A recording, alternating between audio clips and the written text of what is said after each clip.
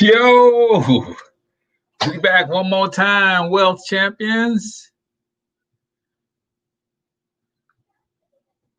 Let me see if IG wants to play with us tonight as well. What's going on, man? Do me a favor, comment in the chat where you're from. Drop the name of your business and or your brand as well. Just do not share any links, but I'd love to give you a free shout out.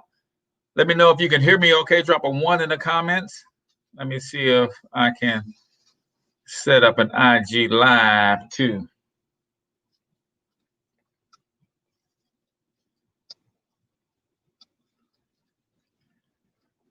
Let's see if my little rig gonna work for me.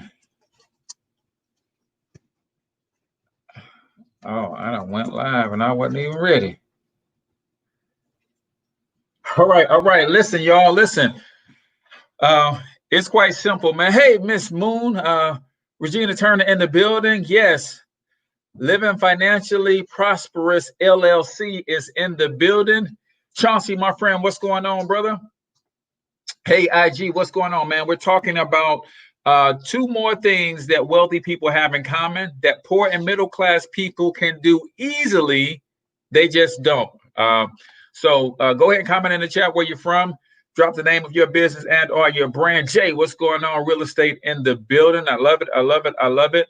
So earlier today, we started a series talking about modeling wealthy people, right? Wealthy people behave in a certain way.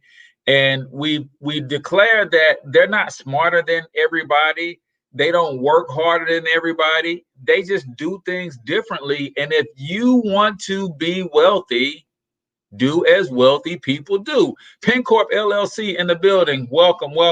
So earlier today, we said one of the things that wealthy people do not do, or one of the things that they have in common, is they never pay more in taxes than they absolutely have to. That's number one thing they have in common. We also said that wealthy people understand the power of leverage. They leverage systems, they leverage information, they leverage people, they leverage whatever they can to create additional income and make their life easier. And guess what? Poor and middle class people can do that as well. He says, Jay says, Florida real estate and solar. Is that solar panels? As in, you're helping in that area? I'm interested about that. Curious. So, two things they have in common is they never pay more in taxes than they have to. They pay taxes, y'all. They just understand that the laws in this country, solar power. Okay, that's what I was thinking. Awesome. Huge industry, man. Huge opportunities in there. So one of the things they do is never pay taxes more than they have to. They do pay taxes. They just use the tax code. A lot of people say wealthy people cheat taxes. You don't have to cheat taxes, y'all.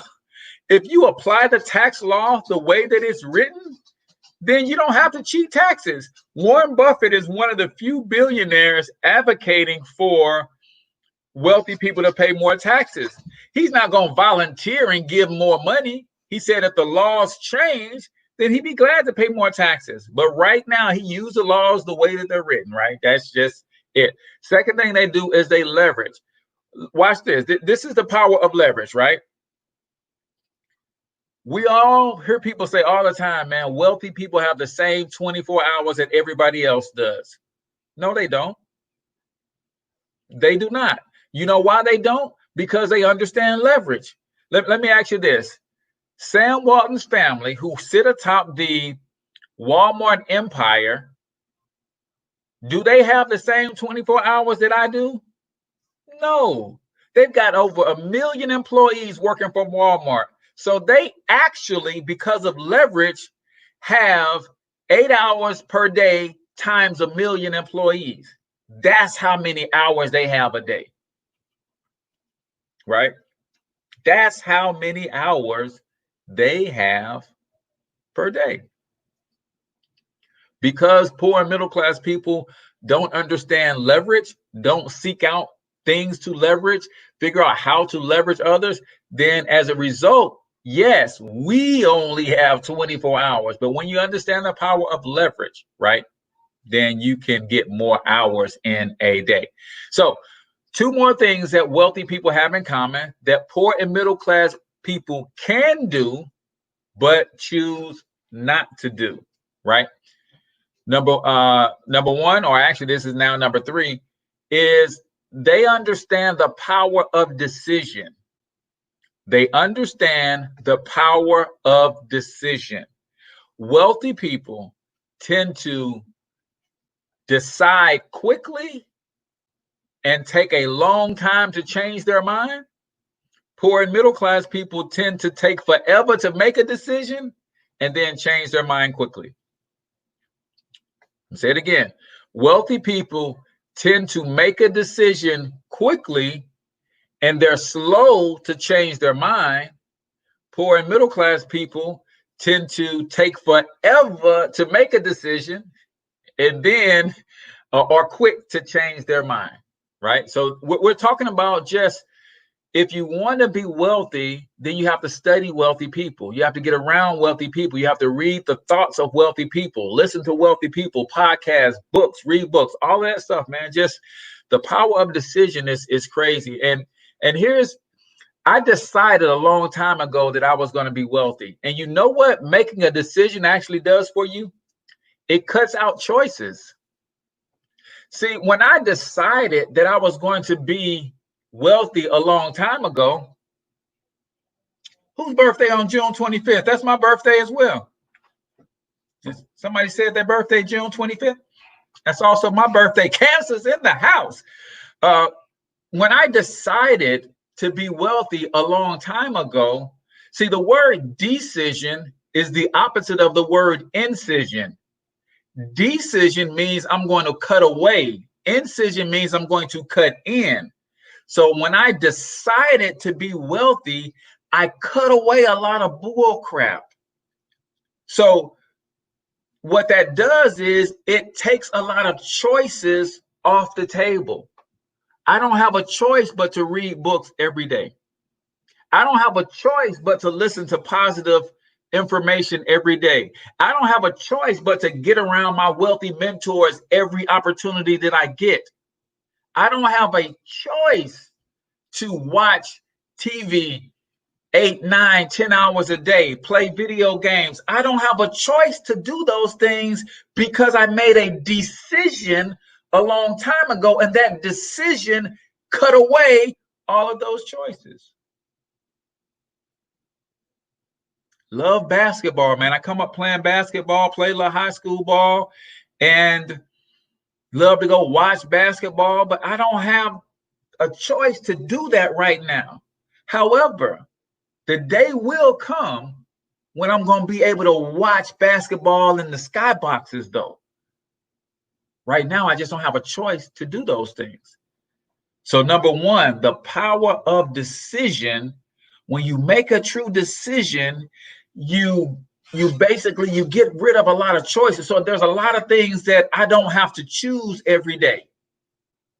Right? I don't have to choose to get up to do my podcast. I don't have to choose to do my workout. So when you have, I'm going to say it to you like this. Steve Jobs was known for wearing that black turtleneck and those jeans.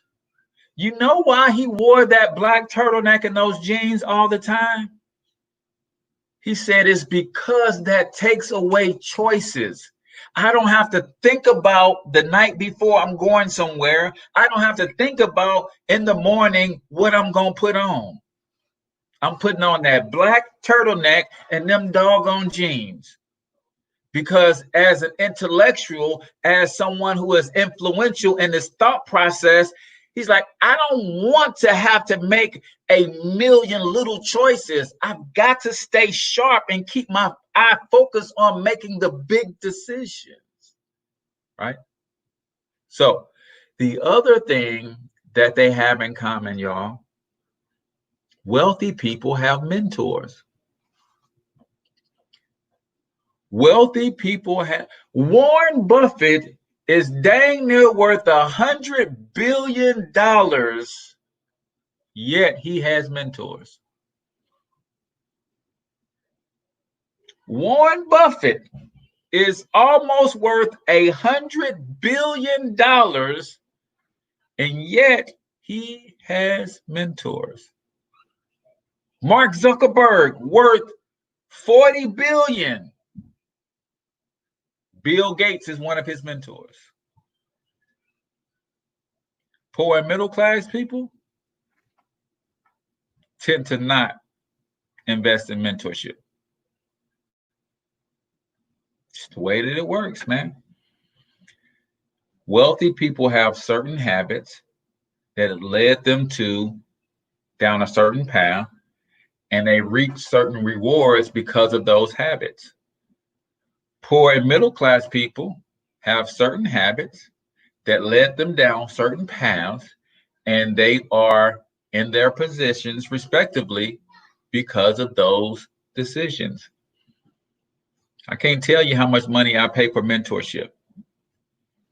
All the books that I buy, the time that I spend just constantly feeding my mind, constantly nurturing my soul so that I can attract the right people, constantly serving those that I want to be like, trying to bring and add value to their lives, because I don't always have the amount of money that they can demand for their time. So I try to find other ways to serve, other ways to add value to their life, just so I can be in the room and feel the ambiance, feel the atmosphere change when they walk in.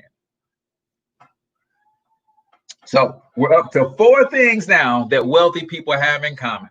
Also, tonight, we've got another webinar coming up in 30 minutes.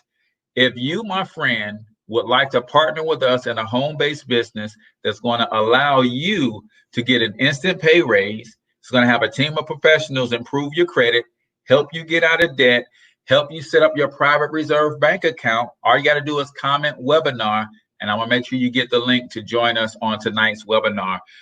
We've already helped hundreds of people get into business, and now they can write off their lifestyle because they have a home-based business. Now they can earn daily pay with us. Now they can earn car bonuses. They can earn guaranteed residual income. If any of that stuff sounds good to you, and you at least want to learn what it is that we're doing, comment webinar, and I'll make sure that you get the link to tonight's webinar. So what are the 4 things that wealthy people have in common? They never, ever pay more in taxes than they absolutely have to, because they're willing to go and hire a professional to make sure that doesn't happen. Number 2 is they understand leverage. They leverage systems, they leverage people, they leverage information, they leverage their relationships and their connections. Leverage. They leverage technology. Poor middle class people tend to not, right? Number 3, they understand the power of decision. They make their mind up quickly. They make a decision, and they're slow to change their mind. Poor middle class people tend to take forever to make a decision, and they're quick to change their mind. And then last but not least, they all have mentors. They all have mentors, man. Poor middle class people tend to not have mentors. And then if they do have mentors, they don't necessarily value the mentorship. And I can't tell you how many people call me their mentor, yet they don't take any of the advice that I give them. So it's like, how do you have a mentor that you don't even listen to, right? That person has what you want, and they're telling you how to get it, and you won't even listen or take action, right? I talk to people about how I walked away from my job in 2016, October 3rd, 2016, left my job to pursue entrepreneurship full time.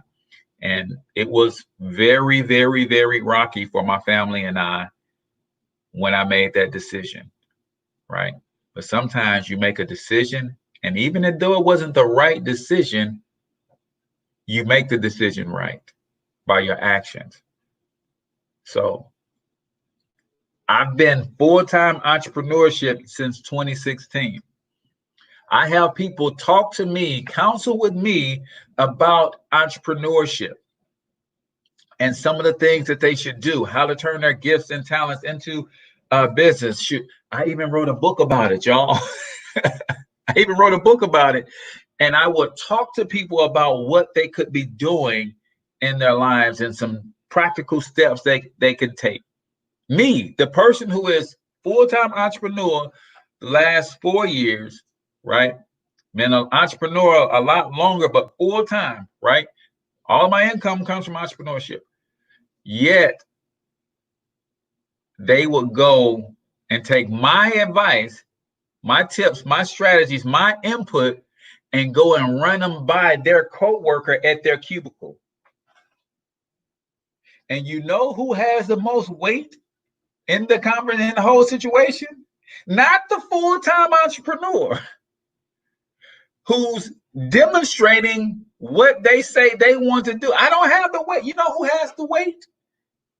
The person in the cubicle next to them talks them out of the tips, the strategies, the counsel that I gave them. As they said, it's amazing, right? But at the end of the day, when you want to be successful, you find people who are successful and you model what they do, right? I don't know if you guys know my man, Billy Alsbrook, but he's a motivational speaker, Mr. Blessed and Unstoppable himself.